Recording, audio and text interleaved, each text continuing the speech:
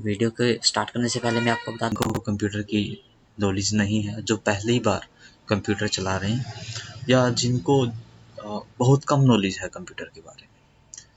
तो वीडियो के स्टार्ट करने से पहले मैं आपको बता दूं, यदि वीडियो में कहीं पर कोई वर्ड अजीब लगे आप लोगों को तो उसे इग्नोर करें। चलो स्टार्ट करते हैं। कंप्यूटर को चलाने से पहले कंप्यूटर के कुछ बेसिक्स पार्ट या उसके बारे में जानकारी होनी चाहिए। लैपटॉप को और कंप्यूटर को सबसे पहले जब हम चलाते हैं तो हमें पावर ऑन करना होता है। मेनली कंप्यूटर में सीपीयू बॉक्स जो होता है उसके फ्रंट साइड में पावर बटन दिया गया होता है, और जो लैपटॉप होता है उसमें कीबोर्ड के अंदर कहीं ना कहीं पावर बटन दिया गया होता है। उसके ऊपर एक पावर का सिंबल होता है जिसको हम प्रेस करेंगे तो हमारा कंप्यूटर या लैपटॉप ऑन हो जाता है। ऑन करने में कोई प्रॉब्लम नहीं आती। ऑन करने के बाद अब क्या करें? मान लो कोई पहली बार कंप्यूटर चला रहा है तो ध्यान से देखें। सबसे पहले तो कंप्यूटर जो ऑपरेट होता है वो दो डिवाइस के द्वारा ऑपरेट होता है, कीबोर्ड और माउस। सबसे पहले कंप्यूटर को ऑपरेट करने से पहले हमें कीबोर्ड और माउस की नॉलेज होनी चाहिए, जानकारी होनी चाहिए। सबसे पहले माउस के बारे में बात करते हैं। माउस एक पॉइंटिंग डिवाइस होता है, जो हमारा कर्सर नहीं होता है, जो ये कर्सर है, ये माउस के द्वारा ऑपरेट किया जाता है। तो माउस कैसे ऑपरेट किया जाता है? माउस को जिस डायरेक्शन में हम मूव करते हैं उसी डायरेक्शन में हमारा पॉइंटर मूव करता है। तो माउस के बारे में जान लेते हैं। और माउस पे मेनली तीन प्रकार के बटन होते हैं। ये जो वाला बटन होता है, ये वाला, ये लेफ्ट हैंड साइड बटन होता है। और सॉरी ये लेफ्ट हैंड साइड बटन होता है, ये राइट हैंड साइड बटन होता है, और ये सेंटर बटन होता है जो कि स्क्रॉलिंग के लिए यूज किया जाता है। स्क्रॉल मतलब ऊपर नीचे किसी डाटा को स्क्रॉल करना है आपने, अप राइट अप डाउन करने के लिए इसका यूज किया जाता है। मेनली जो यूज किया जाता है 90% लेफ्ट की बटन का यूज किया जाता है। इस वाले बटन का किसी चीज को सिलेक्ट करना हो, ओके करना हो, तो इस लेफ्ट बटन पे क्लिक किया जाता है। और जो राइट हैंड साइड का जो बटन होता है वो मेनली हेल्प के लिए यूज होता है। जैसे मैं अभी प्रेस करूंगा तो इसके बारे में इंफॉर्मेशन बता देगा कि डिलीट करना है, रोटेट करना है, एडिट करना है, शेयर करना है, प्रिंट करना है। तो ये सारे ऑप्शन लेफ्ट बटन की प्रेस करने से आते हैं, ये वाली की प्रेस करने से। और ये वाली की जब तब प्रेस करते हैं जब हमें कोई चीज सेलेक्ट करनी हो, ओके या जिसे एंटर भी कहते हैं, तो एंटर की जगह हम ये वाला बटन भी प्रेस कर सकते हैं। तो ये तो हमारा माउस हो गया, और जिस डायरेक्शन में हम माउस को मूव करते हैं उसी डायरेक्शन में हमारा माउस मूव होता है, माउस पॉइंटर मूव होता है, सॉरी। नेक्स्ट है हमारा कीबोर्ड। कीबोर्ड और माउस, एक बात ध्यान से सुन ले, कीबोर्ड और माउस प्राइमरी इनपुट डिवाइस होते हैं। इनके द्वारा ही कंप्यूटर ऑपरेट किया जाता है, यानी मुख्य इनपुट डिवाइस होते हैं। इस प्रकार का कीबोर्ड होता है। कीबोर्ड में मैनी टाइप की की होती हैं, इसलिए इसको कीबोर्ड कहा जाता है। एक सामान्य कीबोर्ड में 104 बटन, 104 कीज होती हैं, लेकिन इनकी संख्या मॉडल के अकॉर्डिंग घटती और बढ़ती रहती है। एक कीबोर्ड के अंदर फंक्शंस की जो ये आपको दिखाई दे रही हैं, F1 F2 समथिंग, इन्हें फंक्शन F12 तक होती हैं, इन्हें फंक्शन की कहा जाता है, जो स्पेशल फंक्शन के लिए यूज की जाती है। अल्फाबेटिक मतलब जो ABCD ऐसा कुछ लिखा होता है। तो ये जो कीज होते हैं इन्हें अल्फाबेटिक की बोलते हैं। न्यूमेरिक की, नंबरिक जो न्यूमेरिक की होती है, जैसे 1 2 3, जो इस टाइप की जो की होती है, इन्हें हम न्यूमेरिक की बोलते हैं। उसके बाद होता है स्पेशल की। अब ये स्पेशल की कौन सी होती है? स्पेशल कीज होती है हमारी, जैसे कंट्रोल, शिफ्ट, टैब, एस्केप, ठीक है, इस प्रकार के सिंबल टाइप में हो गए, एरो हो गई हमारी, तो ये स्पेशल कीज में आती हैं। विंडो बटन हो गया, एल्ट कंट्रोल हो गया, शिफ्ट हो गया, एंटर हो गया, तो ये हमारी स्पेशल कीज होती है। तो अगर हमें डाटा कोई टाइप करना है अल्फाबेटिक में तो हम इन वाली की का यूज करते हैं। अगर हमें टाइप करना है न्यूमेरिक में तो इन वाली की का यूज करते हैं या इनका यूज करते हैं। और इन जो टैब है, कैप्स लॉक है, इनका हम धीरे धीरे अपने आप ही यूज सीख जाते हैं, क्योंकि हर एक बटन का अपना मतलब है। कंट्रोल दबाने से जरूरी नहीं है कि कॉपी ही होता है। अब मैं बता दूं कंट्रोल कॉपी के लिए यूज किया जाता है, नहीं। शिफ्ट का यूज कैपिटल को बड़ा करने के लिए किया जाता है, नहीं, ऐसा कुछ नहीं है।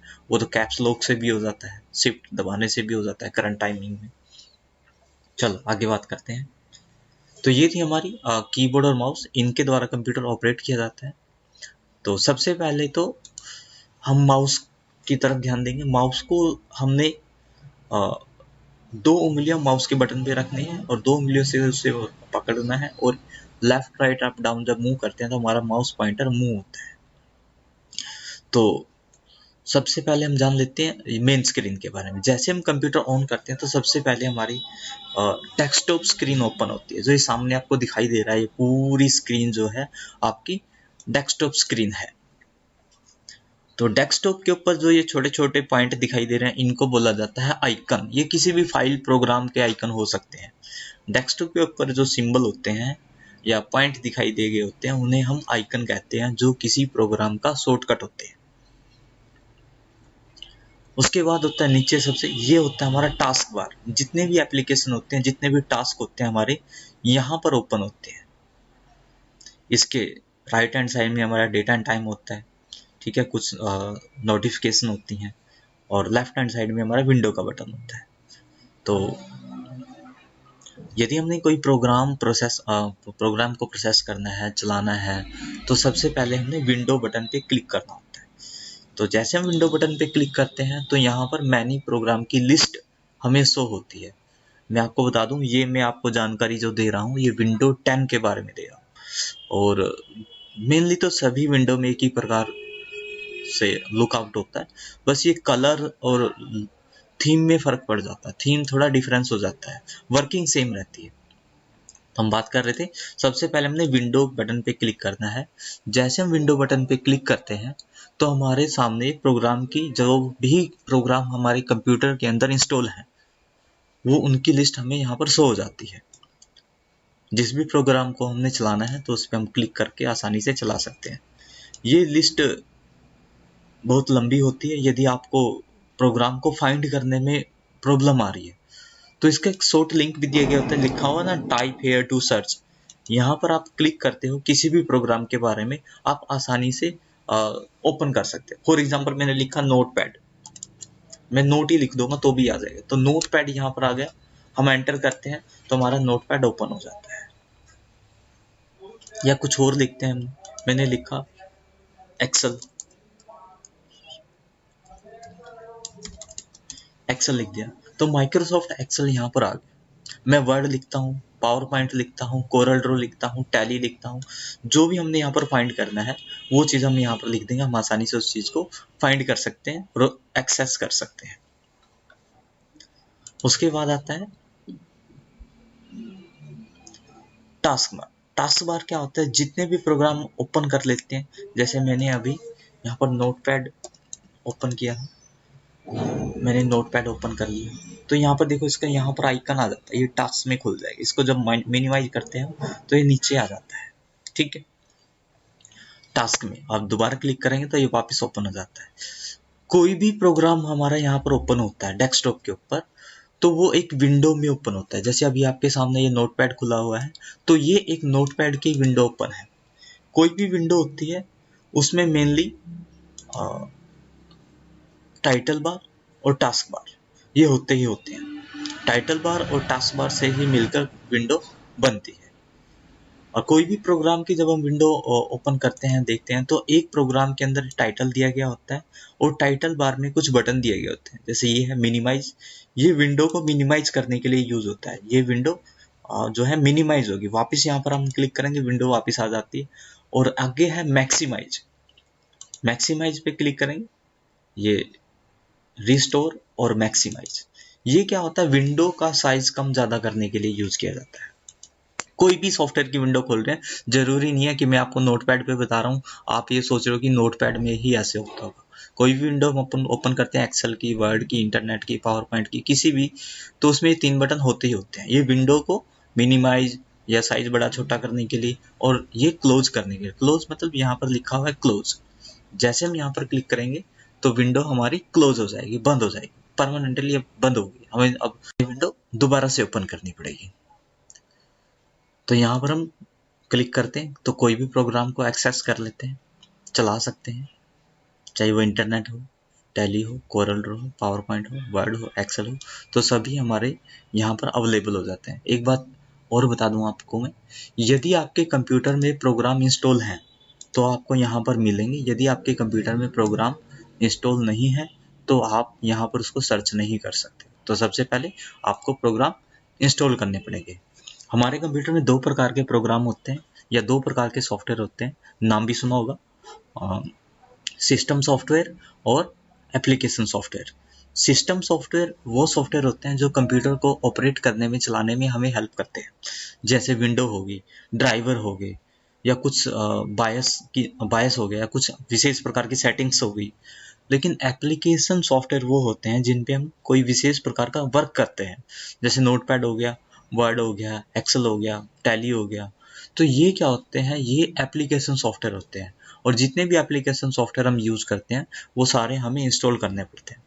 बाय डिफॉल्ट इसमें नोटपैड मिल सकता है आपको, पेंट मिल सकता है और वर्डपैड भी मिल सकता है। लेकिन MS Word, Excel, Corel Draw, Page Maker, Tally, Photoshop, ये सभी प्रकार के एडिशनल जितने भी एप्लीकेशन सॉफ्टवेयर हैं हमें इंस्टॉल करने पड़ते हैं।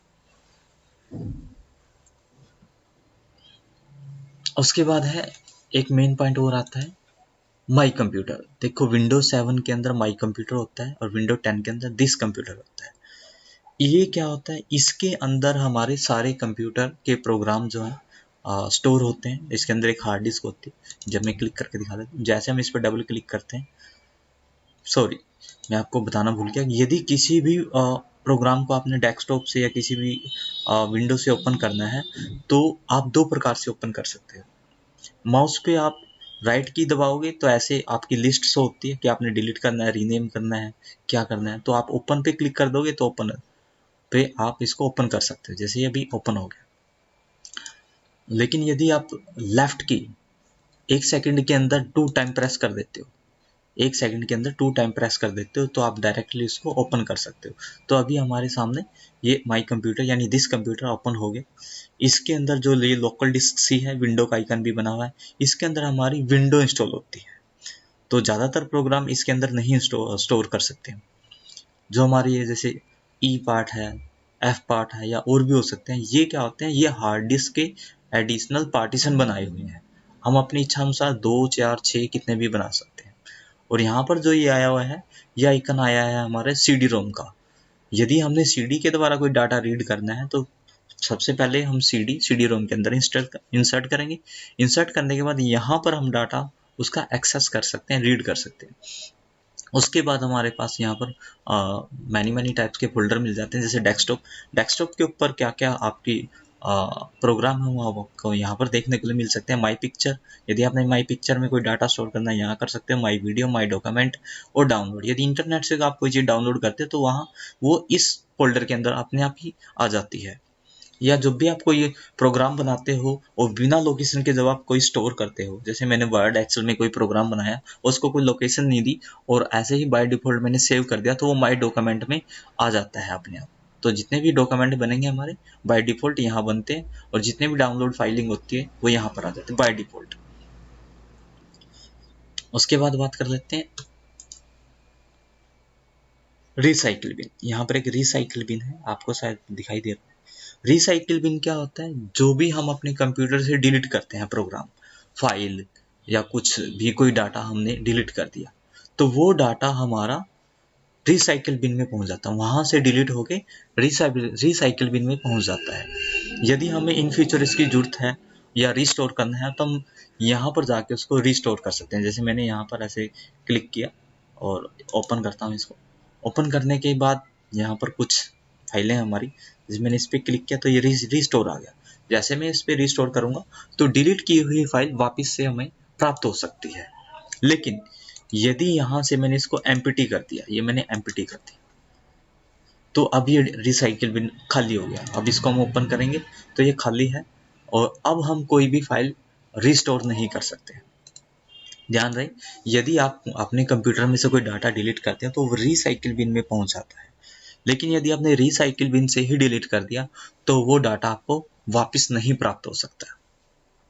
और डिलीट दो प्रकार से किया जाता है, एक तो डायरेक्टली आप ये डिलीट कर देते हैं, मैंने इस पर क्लिक कर दिया ये डिलीट हो जाएगा। एक होता है मैं जैसे इसको डिलीट कर रहा हूँ तो शिफ्ट प्लस डिलीट, मैंने ये कर दिया शिफ्ट प्लस डिलीट, तो लिखा हुआ है do you want to permanently delete this item या दिस फोल्डर। तो यदि मैं इसको यस कर देता हूँ तो ये परमानेंट डिलीट हो जाएगा, रिसाइकिल बिन में नहीं जाएगा। शिफ्ट प्लस डिलीट करते हैं हम तो परमानेंटली डिलीट हो जाता है, रिसाइकिल बिन में नहीं जाता हमारा डाटा। ये कंट्रोल पैनल है। यहाँ पर हमारे जो भी कंट्रोलिंग यूनिट है हमारे कंप्यूटर की, वो सभी सेटिंग यहाँ पर अवेलेबल होती है। यदि हमने कोई सेटिंग कोई प्रोग्राम अनइंस्टॉल इंस्टॉल करना है तो हम यहाँ पर आके कर सकते हैं। उसके बाद होता है हमारे डेस्कटॉप पे जैसे हम राइट क्लिक करते हैं तो व्यू आता है। व्यू क्या होता है, हमारे जो आइकन है, जैसे मैंने लार्ज पे क्लिक किया तो लार्ज में दिखाई देने लग जाएंगे, या मैंने मीडियम पे क्लिक किया तो मीडियम पे दिखाई दे रहे हैं। बाय सॉर्ट, नेम वाइज या कैलेंडर डेट वाइज या टाइप वाइज ऐसे हमारे ये सॉर्ट हो जाते हैं। रिफ्रेश, रिफ्रेश क्या होता है, जब हमारा प्रोग्राम वर्क करते करते थक जाता है तो हम उसको एक बार रिफ्रेशमेंट दे देते हैं, तो उससे क्या होता है हमारा प्रोग्राम अपने हमारा कंप्यूटर अपने प्रोग्राम को रिफ्रेश कर लेता है। पेस्ट और पेस्ट स्पेशल बात करेंगे अभी थोड़ी देर में। न्यू, सबसे पहले सॉरी नेक्स्ट टॉपिक है न्यू। जैसे हम यहाँ पर राइट क्लिक करते हैं तो सॉरी न्यू पे क्लिक करते हैं तो यहाँ पर एक लिस्ट होती है। ये लिस्ट क्या होती है, ये लिस्ट वो होती है जो हमारे कंप्यूटर के अंदर प्रोग्राम इंस्टॉल होते हैं। जैसे हमने अभी यहाँ से प्रोग्राम सर्च किए थे ना, तो यहाँ से भी मैं किसी प्रोग्राम पे जैसे मैंने वर्ड पे क्लिक कर दिया तो वर्ड की एक फाइल यहाँ पर बन जाएगी।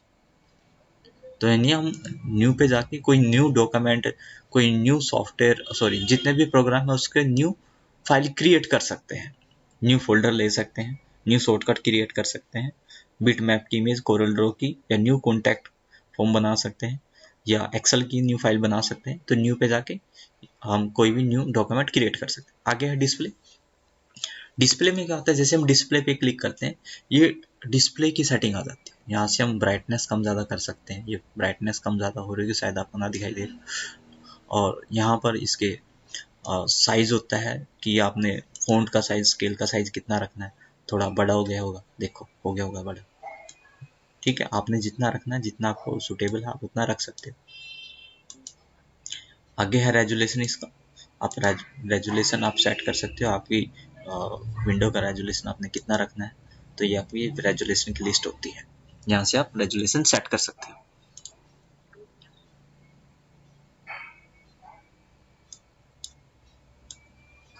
लैंडस्केप पोर्ट्रेट कर सकते हो आप यहाँ से, और कोई मल्टीमीडिया कोई वायरलेस डिस्प्ले है आप यहाँ से डिटेक्ट कर सकते हो उसको। यहाँ पर देखो और भी ऑप्शन दिए गए हैं, डिस्प्ले है, साउंड की सेटिंग कर सकते हो आप, नोटिफिकेशन की सेटिंग कर सकते हो आप यहाँ से, power and sleep, power management की सेटिंग कर सकते हो आप यहाँ से, बैटरी के बारे में जानकारी ले सकते हो आप यहाँ से, स्टोरेज के बारे में आप यहाँ से जानकारी ले सकते हो कि किस किस पार्टीशन में कितना कितना डाटा स्टोर है आपका। और मैंने बताया था हर एक विंडो में 3 बटन होते हैं, ये सेटिंग की विंडो है तो ये 3 बटन है यहाँ पर। तो जैसे मुझे इसको बंद करना है तो हम राइट क्लिक कर देंगे इस पर, तो ये सॉरी लेफ्ट क्लिक कर देंगे तो ये बंद हो जाएगा। उसके बाद जैसे हम राइट क्लिक करेंगे डिस्प्ले आपको पता लग गया, पर्सनलाइजेशन में जाएंगे। पर्सनलाइजेशन में क्या होता है, आप विंडो को पर्सनल अपने निजी तरीके से आप इसको मॉडिफाई कर सकते हो। मॉडिफाई में क्या होता है, ज़्यादातर जैसे मुझे बैकग्राउंड चेंज करना है तो बैकग्राउंड में अभी पिक्चर आया हुआ, मैं यहाँ पर कलर पे क्लिक कर देता हूँ तो कलर आ जाएगा, कोई भी कलर, जैसे मैंने ये ले लिया तो ये कलर आ गया, ये ले लिया ये कलर आ गया, तो इसमें कलर आते हैं। या मैं पिक्चर पे क्लिक करूँगा तो ये पिक्चर आ जाएंगे, यहाँ से देखो पिक्चर आ गई, और जो जिस भी पिक्चर पे मैं क्लिक कर रहा हूँ वही पिक्चर आपकी बैकग्राउंड में सेट हो जाती है। यहाँ से आप अपना बैकग्राउंड चेंज कर सकते हैं। आगे कलर तो अभी आपने देखा ही था। कंट्रास्ट आप यहाँ से लाइट एंड डार्क कर सकते हो, बैकग्राउंड चेंज कर सकते हो। डेस्कटॉप पे जो आइकन है यहाँ पर लिखा शो डेस्कटॉप आइकन, यहाँ पर ऐसे मैंने क्लिक करता हूँ तो डेस्कटॉप के आइकन यदि आपने हाइड करने हैं तो आप यहाँ से आप उसको हाइड कर सकते हो, या आप देखना चाहो तो देख सकते हो। सॉरी ये तो है क्वेश्चन है, यहाँ से ही नहीं होगा, वो आगे होगा। कलर, यदि आपको विंडो का कलर मॉडिफाई करना है, मतलब तो विंडो का कलर मॉडिफाई करना है, जैसे हम यहाँ पर क्लिक करते हैं तो ये हमारे बैकग्राउंड में ब्लू कलर आया हुआ है, तो आप इस कलर को यहाँ से चेंज कर सकते हो, या ऑटोमेटिक पे आप क्लिक करोगे, ऑटोमेटिक जो आपका थीम के अकॉर्डिंग कलर सेट हो जाता है। ये आपका वर्क नहीं कर रहा,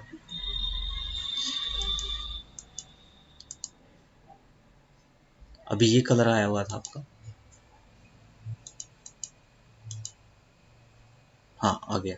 तो हम देखते हैं, तो यहाँ पर जब हम क्लिक करेंगे, ये देखो अभी मैंने ये रेड टाइप में कुछ कलर किया हुआ था, तो विंडो का कलर अब रेड आ रहा है, या जिस भी कलर पे हम क्लिक करेंगे तो वही कलर हमारा यहाँ पर सोने लगे। मैंने पर्पल पे क्लिक किया, देखो तो पर्पल कलर हमें यहाँ पर सोने लग गया। तो हम विंडो को मॉडिफाई कर सकते हैं, यहाँ से विंडो के थीम को मॉडिफाई कर सकते हैं। एक्चुअली विंडो को मॉडिफाई नहीं कर सकते, कलर में कलर सेटिंग आती है। स्क्रीन लॉक की आपने कोई सेटिंग करनी है, आपने बैकग्राउंड में कुछ स्क्रीन लॉक के बाद कुछ ऐसा प्रीव्यू दिखाना है, तो आप कैसे भी स्लाइड्स हो या पिक्चर सेट कर सकते हो। थीम, आपने कोई थीम चेंज करना है, आप थीम चेंज कर सकते हो, या अपने हिसाब से इसमें कलर मॉडिफाई कर सकते हो, बैकग्राउंड चेंज कर सकते हो। ये आपके थीम दिए गए हैं यहाँ पर, जैसे मैंने इस पर क्लिक कर दी तो यही थीम आपका सेट हो जाएगा। हो गया, हो गया ना। तो ऐसे आप पर्सनलाइजेशन सेटिंग कर सकते हैं विंडो। फ़ॉन्ट की सेटिंग कर सकते हैं, फ़ॉन्ट आपको विंडो का कैसा रखना है। स्टार्ट मेन्यू की सेटिंग कर सकते हैं आप, टास्क बार की सेटिंग कर सकते हो आप। अच्छा, यहाँ से आप क्लोज करेंगे, रिफ्रेश करेंगे। टास्क बार के बारे में मैंने बता दिया। वैसे तो यहाँ पर जितने भी प्रोग्राम होते हैं आपके यहाँ पर शो होते हैं, थोड़ा इधर आ जाते हैं। जितनी हमारी नोटिफिकेशन होती है या हमारे कंप्यूटर के अंदर कुछ पॉइंट होते हैं, वो यहाँ पर हमें शो होते हैं। और जो बैटरी का इंडिकेशन है यहाँ पर आया, देखो ये इंडिकेशन सिर्फ लैपटॉप में आता है, कंप्यूटर में नहीं आता। वाईफाई का इंडिकेशन आएगा कि वाईफाई इन फ्यूचर आपको वाईफाई कनेक्ट करना पड़ जाता है, तो यहाँ पर आप क्लिक करोगे, तो जैसे आप यहाँ पर क्लिक करोगे तो यहाँ पर क्या है, वाईफाई की लिस्ट होती है। जैसे आप उस पर क्लिक करोगे तो आप उस वाईफाई को कनेक्ट कर सकते हो, लेकिन उसके लिए उसका सिक्योरिटी पासवर्ड पता होना चाहिए। यहाँ पर आपका टाइम एंड डेट या कैलेंडर शो होता है, जैसे आप इस पर क्लिक करोगे पूरा कैलेंडर शो हो जाता है, पूरा डेट एंड टाइम आपको शो हो जाता है। यदि आपको चेंज करना है तो आप चेंज भी कर सकते हो date and time. My computer में दोबारा जाते हैं थोड़ा, तो डबल क्लिक करते हैं तो माई कंप्यूटर में पहुंच जाते हैं। और जैसे हमारे ये पार्टीशन थे, मैंने इस पर ऐसे डबल क्लिक किया तो ये जो है हमारा डाटा है जो हमने स्टोर करके रखा हुआ है। कोई डाटा कैसे स्टोर किया जाता है, पेन ड्राइव में, सीडी में आप कैसे डाटा कर सकते। देखो सीडी का प्रोसेस थोड़ा अलग है और पेन ड्राइव और हार्ड डिस्क का सेम होता है। क्या होता है, मान लेते हैं कि मुझे इसका डाटा इसमें ट्रांसफ़र करना है, या मुझे हार्ड डिस्क से एक हार्ड डिस्क से दूसरी हार्ड डिस्क में डाटा कॉपी करना है। वो यूएसबी मैंने हार्ड डिस्क लगा रखी है, उसका आइकन यहाँ ऐसे आ जाता है, यहाँ पर आइकन आ गया। पेन ड्राइव आएगी, उसके आइकन यहाँ पर आ गया। मैंने एक पेन ड्राइव लगाई, उसका आइकन यहाँ पर आ गया, और उससे कोई डाटा कॉपी करना है या उसमें कोई डाटा कॉपी करना है मुझे, तो करना क्या है। तो जैसे मुझे अब ये है डॉक्यूमेंट डेस्कटॉप, मैंने इन दोनों को सिलेक्ट कर लेना। सिलेक्ट करने के लिए क्या करेंगे, आप शिफ्ट दबा सकते हैं, कंट्रोल दबा सकते हैं।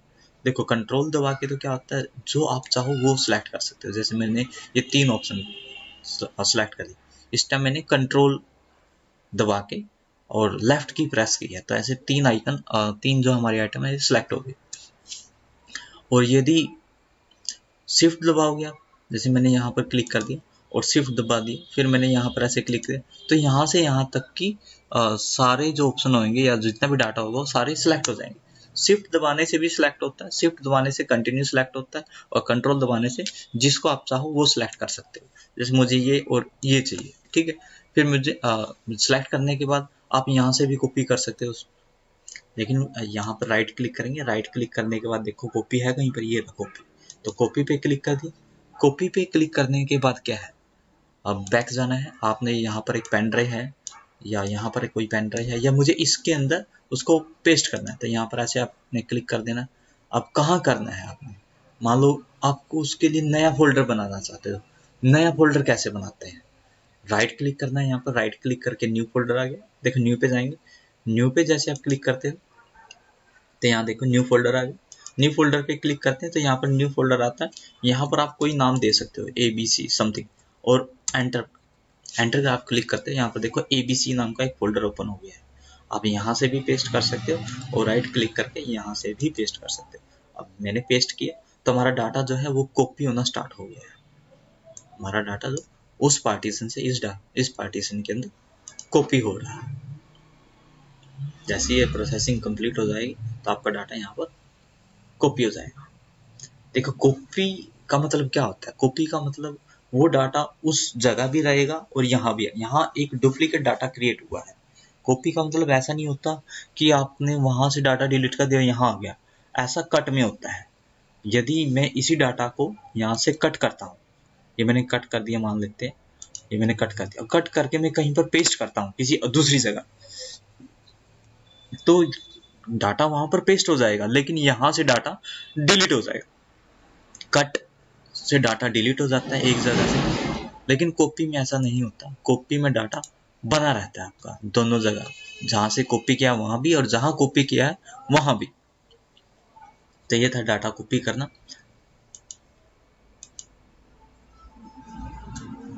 ये आपके पार्टीशन होते हैं जिनके अंदर आप डाटा स्टोर कर सकते हो।